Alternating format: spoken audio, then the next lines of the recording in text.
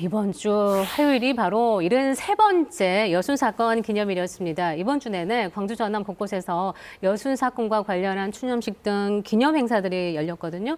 지난 6월 여순사건 특별법이 제정된 후로 처음으로 맞는 여순사건 기념일이라서 더 뜻깊었습니다. 자, 김석 사무총장님은 순천에 계시니까 더 감회가 남다르시죠?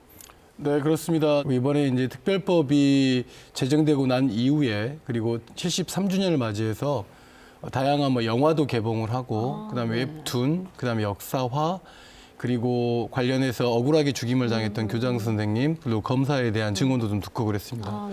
근데 이제 73년을 맞이하면서 제가 느끼는 건 여전히 여순에 대한 어떤 사람들의 인식이 그렇게 높지 못하다 이런 생각을 가지고 있는데요. 국가폭력에 의한 나름대로의 어떻게 보면 현대사의 가장 큰 아픔이라고 생각하고 있는데 진상규명하고 명예회복을 하는데 갈수록 시간이 부족해서 마음이 좀 급해지는 게 사실입니다. 그래요.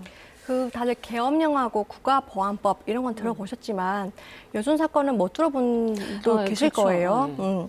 근데 이 국가보안법, 계엄령 이게 다 여순 사건 때문에 시작된 건데요. 여순 사건이 일어나고 14년대에 군인들이 전남 동부권을 이렇게 점령하다 보니까 네네. 이승만 정부에서 여수하고 순천 지역에 계엄령을 선포해요. 첫 번째 그래요? 계엄령이죠. 네. 그리고 1948년 12월 1일 날 국가보안법을 제정을 하고 그때부터 사회 전반적으로 좌익 세력 그리고 반정부 인사들에 대한 대대적 색출, 처벌이 시작이 됩니다. 네. 대한민국의 가장 큰 문제, 그 고질적인 이념 갈등으로 인한 비극적 그 출발점은 바로 이 여순 사건부터 시작된다고 보시면 될 것 같습니다. 네. 피해자들은 대부분 학살 등으로 이미 사망을 했기 때문에 또 생존자와 유가족들은 너무 큰 고통을 입 밖으로 꺼내기가 무서워서 그동안 여순 사건을 제대로 알려지지 않았고요. 또 그런 이유가 되기도 합니다. 공도 마찬가지예요. 근데 최근에 목격자와 유가족의 교차 증언을 통해서 새로운 민간인 학살지 3곳이 드러났습니다. 특히 그 가운데 한 곳은 무려 43명이 학살이 돼서 고흥 최대 민간인 학살지로 추정이 되고 있거든요. 고흥 지역의 여순 관련 사건과도 관련해서 최초 보고를 김희수 PD가 취재했습니다. 여기가 그 당국의 현장에 있었던 그분들은 73번째 여순 사건을 일주일 앞둔 지난주 월요일, 노령의 여순 사건 유가족들이 고흥의 한 도로변을 찾았습니다. 바로 이 비석 때문입니다. 71년 만에 쳤어요. 1950년부터 해가지고 그러죠. 예. 참 오래 걸렸네요. 그렇죠. 원혼비, 이름 없이 단 3글자만 새겨진 백비. 1950년 7월 20일 이곳에서 사살된 43명을 기리고 있는데요. 비석은 세워졌지만 진실은 여전히 묻혀 있습니다. 그동안에 규명이 되고 했어야 하는데 이때까지 묻혀가지고 왜 그랬는지를 알고 싶죠. 왜 그랬는지. 그게 알고 싶죠. 그런데 그것도 지금 나와 있지 않지 않습니까? 올해 처음으로 그 실체가 드러난 고흥군 최대의 민간인 학살, 당국의 보도연맹 학살 사건. 고흥의 여순 사건은 여전히 진행 중입니다.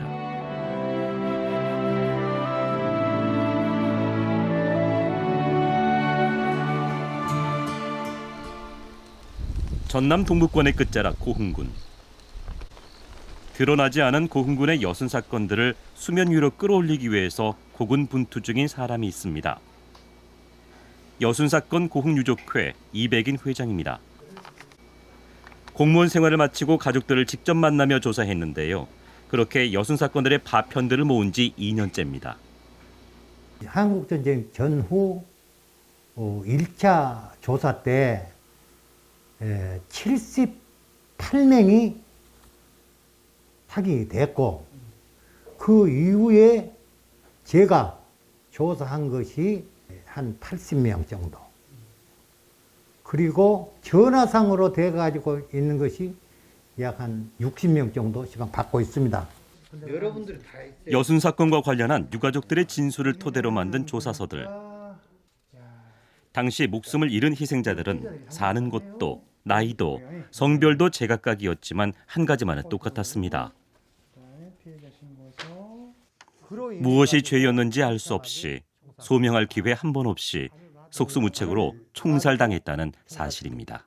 여순 사건 당시 억울하게 총살당한 여순 사건이 터진 이후에 진압 작전을 하면서 민간인 죄도 없는 사람들을 뭐 자기 아들을 찾아내라, 뭐 마을에서 말이야 좀 이상한 제보를 받고 무고하게 말이야 가다가 그냥 자기들 마음대로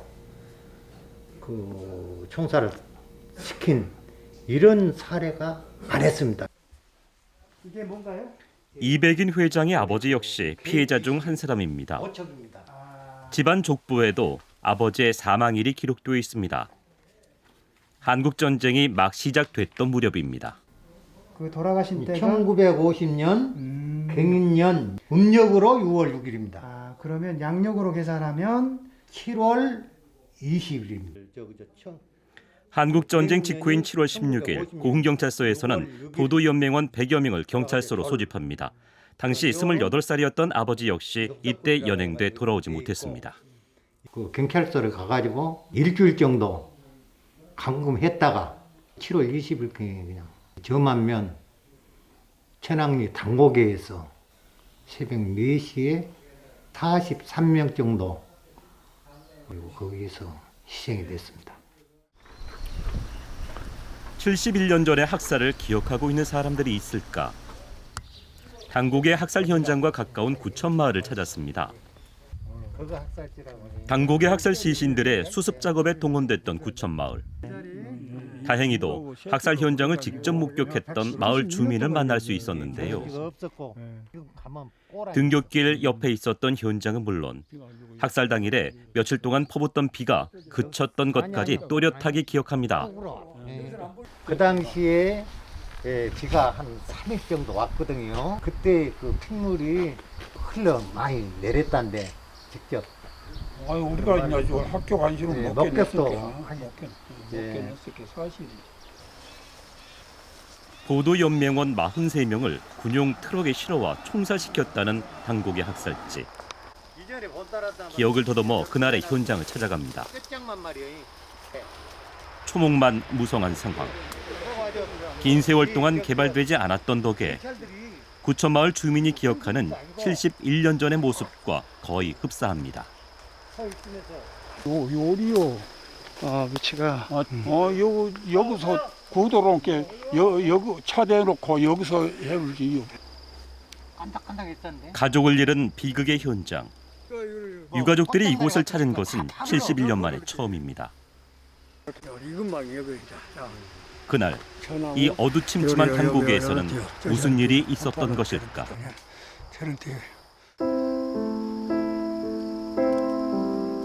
경찰에 총을 맞은 시신이 여기저기 쌓여 있고 고랑에는 며칠 동안 핏물만 흘렀을 정도로 학살 현장은 참혹했다고 합니다.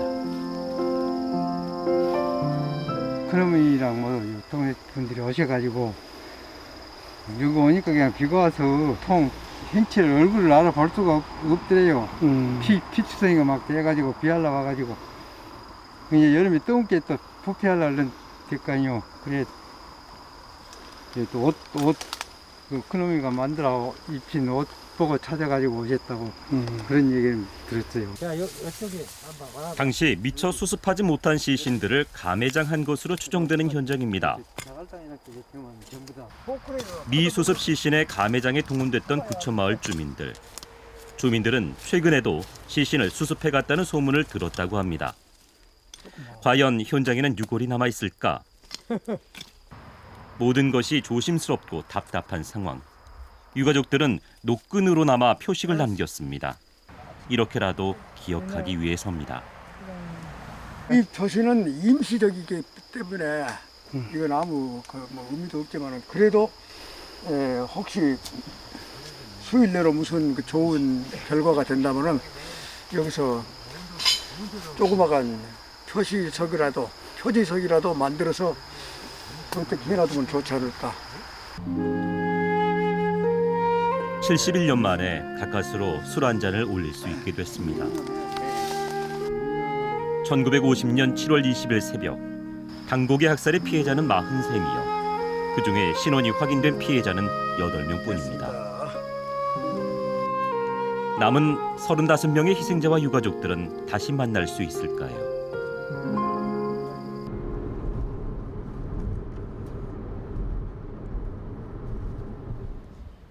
당곡의 학살이 세상에 드러나게 된 것은 우연이었다고 하는데요. 구흥유족회 피해자 신청 조사 과정에서 한날 한시 같은 장소에 죽었다는 증언이 연달아 접수됐고 퍼즐을 맞춰보니 바로 당곡이었던 것. 전혀 언급도 안 됐었고 또 여순 사건의 저 학살지나 이런 그 피해 장소도 여순 사건에서는 한 번도 등장하지 않는 곳입니다. 당시에 팔령산의 빨치산들이 이미 소탕돼 버리고 이미 없었기 때문에 왜 그곳에다가 이렇게 많은 인원을 싣고 와서 집단 학살을 했는가, 이것은 좀 앞으로 계속 좀 연구해 볼 필요가 있다고 봅니다. 1948년 10월 19일 제주 4.3 사건 진압 출동을 거부한 여수 14연대 군인들의 무장 봉기 여순 사건. 봉기군 진압이 일단락된 후인 12월 1일 이승만 정부는 국가보안법을 만듭니다. 그리고 다음해 4월에는 보도연맹을 출범시키지요. 좌익이나 반정부 인사들을 정부의 관리 아래에서 교화시키겠다는 목표였습니다. 하지만 1950년 한국전쟁이 일어나자 상황이 급반전합니다. 7월 15일 인민군이 곧 전남까지 내려온다는 소식이 들리자 경찰은 보도연맹원들을 인민군에 협조할 우려가 있는 적으로 간주했고 사살하라는 윗선의 명령을 그대로 수행했습니다. 상식적으로 이해할 수 없는 이유를 달아가지고 법을 무시하고 사람들 죽이고 고문하고 했다는 것이 얼마나 이게 야만적이고 정말 이런 것이 바로 여순 사건의 실체가 아니겠느냐. 그리고 이제 그게 결국에는 보도연맹으로 그분들을 조금이라도 의심가거나 이런 사람들을 묶어놨다가 결국에는 한국전쟁이 터지니까 그 사람들을 한 군데 몰아서 집단으로 학살한 거다. 이런 결과가 나오는 겁니다. 그러니까 모든 발단은 사실 여순 사건에서 비롯됐다고 볼 수 있는 거죠. 여순 사건은 어이없는 비극을 낳기도 했습니다. 1949년에 일어난 남양면 장담마을의 집단 학살 사건도 그 중에 하나. 8명의 목숨을 잃게 된 것은 황당하게도 전봇대 때문이었습니다. 그러니까 벌교하고 고흥으로 이어주는 통신선 그 당시에 이제 전신주였기 때문에 이 전신주들이 중간에 절단이 되면은 서로 이제 통신이 절단돼 버리니까 이 마을마다 이제 청년들을 동원해 가지고 저녁에는 야간에는 전신주를 지키도록 했던 거죠. 1949년 5월 4일 남양면 장담마을 청년들은 전신주 10기가 절단된 것을 발견하고 남양지서에 신고합니다. 하지만 전신주 관리는 과역지서의 몫이었습니다. 소식이 전해지자 과역지서 경찰들이 장담마을로 몰려와 청년들을 연행합니다. 이유는 자신의 관할인데 남양지서에 신고했다는 것. 마을에서는 여전히 생생하게 기억되는 비극. 모진 고문 끝에 거짓 자백을 해야 했던 청년들이 결국 살아 돌아오지 못했기 때문입니다.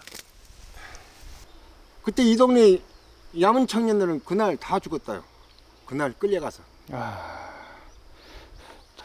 그러니까 저기 여순 사건이라고 생각하고는 전혀 상관이 없는 분들인 거죠? 그거하고는 아무 상관없죠. 여 전선 잘랐다 그래갖고 그 끌려갔다 그래요. 그러니까 우리 동네가 그날 저녁에 재고가 7분이다요. 똑같이 죽었으니까 7분. 취재진은 수소문 끝에 장담마을 전봇대 사건의 유가족 한 분을 만날 수 있었습니다. 김옥수 어르신 맞으시죠? 예.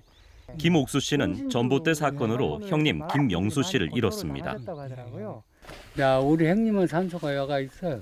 어디 저기 여기서 멀어. 여기 가자. 누구세요? 돌아가신 분 중에 한 분이세요, 형님이? 네, 우리 형님이요. 우리 형님이 22살이었어. 22살. 네. 한참 막 결혼해가지고 음. 돌아가시 보니까 형수도 이제 가불고 형님이 돌아가시 불고 나가 이제 장남놀이 했죠 이제. 형님이 후손 없이 돌아가셨기 때문에 형님의 묘 이장도 동생인 김옥수 씨가 맡아서 했습니다. 일주일 만에 수습한 형님은 배는 칼에 찔리고 얼굴은 총에 맞은 상태였다고 합니다. 명수. 예, 김명. 한 곳이 지금 저쪽이라고. 묘자리에서 훤히 내려다 보이는 저 전봇대들이 있는 자리가 바로 비극이 시작된 장소. 신속한 신고가 들의 화를 불러올 줄 아무도 몰랐습니다. 우리 장남 청년들이 신고를 했었어. 원래 그 신고가 그 잘못된 것은 아닌데 어째 그냥 장담으로 쫓아 들어와가지고 장담 청년들 주민들 전부 가양면에 연행을 해가지고 자꾸 조사를 해가지고 돈 없고 불쌍한 사람들만 모락을 입고 돌아가셨더라. 여순 사건과는 거리가 멀었던 평범한 청년 김명수 씨. 하지만 연행 6일 만에 자신도 모르던 죽을 죄가 씌워졌고 결국 총살당하고 맙니다. 우리 행명 생각하면은 불쌍하지라 세상에 태어나가지고 세상답게 못 살고 젊어서 돌아가시니까 불쌍한 분이지. 1년 후에 진범이 자수하면서 누명은 벗었지만 안타까운 죽음을 되돌릴 길은 없습니다. 여순 사건과 관련된 학살이 여러 차례 반복됐던 마을도 있습니다. 대표적인 곳이 과영면 슬항마을. 여순 사건 전후 좌익 측의 군 책임자와 면 책임자가 모두 이 슬항마을 출신이었다고 합니다. 좌우 갈등으로 마을은 바람잘 날이 없었고 서로 간의 보복 학살이 3차례나 있었습니다. 여순 반란 사건 때 그새 뭐 사람들 도와줬다고 그랬던가 어쨌던가 그래가지고는 그대로 했어요. 나 친구 아버지 박정 씨는 그때 군청에 다녔었거든요. 군에 있었거든요. 예. 그랬는데 그 사람이 그 사람들 도와줬다 그래갖고 숨겨주고 뭐하고 그랬다고 해갖고 지금 아버지 어머니까지 다 총살 당해버렸잖아요. 첫 학살은 여순 사건 진압 당시였는데요. 좌익마을이라는 명목으로 10여 명이 학살됐습니다. 이후 좌익의 보복이 이어졌고 도도연맹 학살까지 사망자가 총 20명에 이릅니다. 어르신 안녕하세요. 취재진은 수소문 끝에 당시 슬항마을에 살았던 분을 만날 수 있었습니다. 당시 19살이었던 송기수 씨는 슬항마을 비극을 온몸으로 체험한 분입니다. 우리 마을이 우리 지역에서 말하는 소위 모스크바예요. 군책, 면책도 우리 마을에 다 있었어요. 그것도 태아도 사람이니까 그것까지 다 하시면 20명이 죽었다고. 20명 정도가. 송기수 씨가 어렵사리 19살 겨울 얘기를 털어놓습니다. 공식적으로는 한 번도 해본 적이 없다는 증언. 마을의 첫 학살 당시 진압군에게 끌려갔다가 모두 죽고 본인만 유일하게 살아남았다는 것입니다. 네가 너무 아까워서 나 살려줄게. 시체가 둘러쓰고 거기 가서 피를 묻혀갖고 나중에 이제 확인사살하고 이제 죽은 척하고 가만히 있으라고. 나 여태까지 와서 확인사살한다고 했는데 한 사람 있다가 죽어버렸어. 죽었단 말이야. 가. 죽었. 다행히 나는 안 갔다고.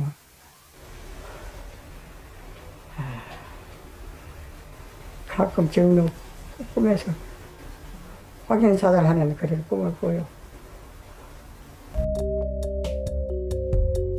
현재까지 조사에 따르면 여순 사건 관련 고흥 민간인 학살 현장은 43명이 학살된 당고개, 또 40명이 사망한 오리정 공동묘지 등 무려 16군데에 이릅니다.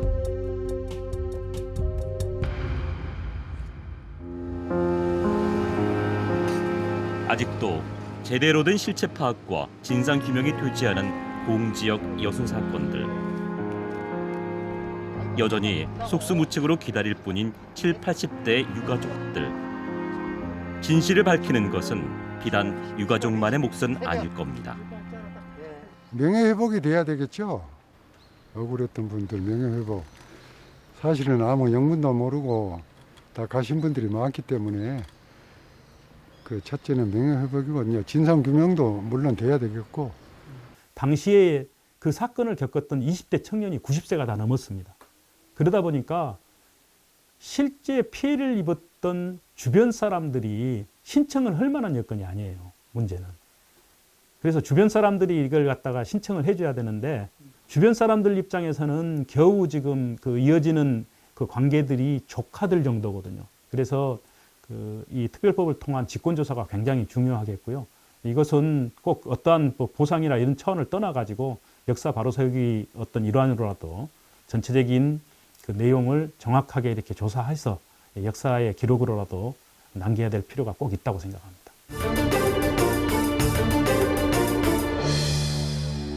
근데 고흥뿐 아니라 여순 사건 유가족들 대부분이 정말 가장 궁금해하던 게 그때 왜 끌려갔지? 무슨 이유로 죽임을 당했지? 이런 것들이거든요. 실제로 보도연맹 관련 피해자들이 경찰서로 끌려가고 그 다음에 학살로 이어졌다면 분명 관련 기록이 남아있을 수도 있잖아요. 그렇죠. 그래서 그 유가족분들이 이제 경찰서에 정보 공개 신청을 하는 겁니다. 근데 문제는 이분들이 마음이 있어도 지금 보시다시피 연로하시는 분들이잖아요. 그렇죠. 이 고령의 어르신들 개개인이 얼마나 일일이 이 정보 공개를 청구할 수 있을지 참 어려운 일인 것 같습니다. 그렇죠. 이번에 이제 특별법이 진상규명과 명예회복을 위한 특별법이거든요. 그리고 이제 국가의 위원회가 만들어지고 그 실무위원회는 전라남 도가 맡게 되는데 조사 기간이 2년밖에 되지 않거든요. 굉장히 짧습니다. 뭐 계획세느라 한 달, 그다음에 결과 보고 쓰느라고 또 몇 달 보내다 보면 실제 2년이 채 되지 않은 가운데서 어떤 진상규명과 명예회복을 해야 되기 때문에 상당 부분 어려움에 좀 처하게 되거든요. 그렇기 때문에 그 무엇보다도 전라남도의 역할이 좀 중요하다. 바로 내년 1월 7일 이후에는 바로 흐트러짐 없이 조사할 수 있는 그런 체계를 꼭 만들어주길 바랍니다.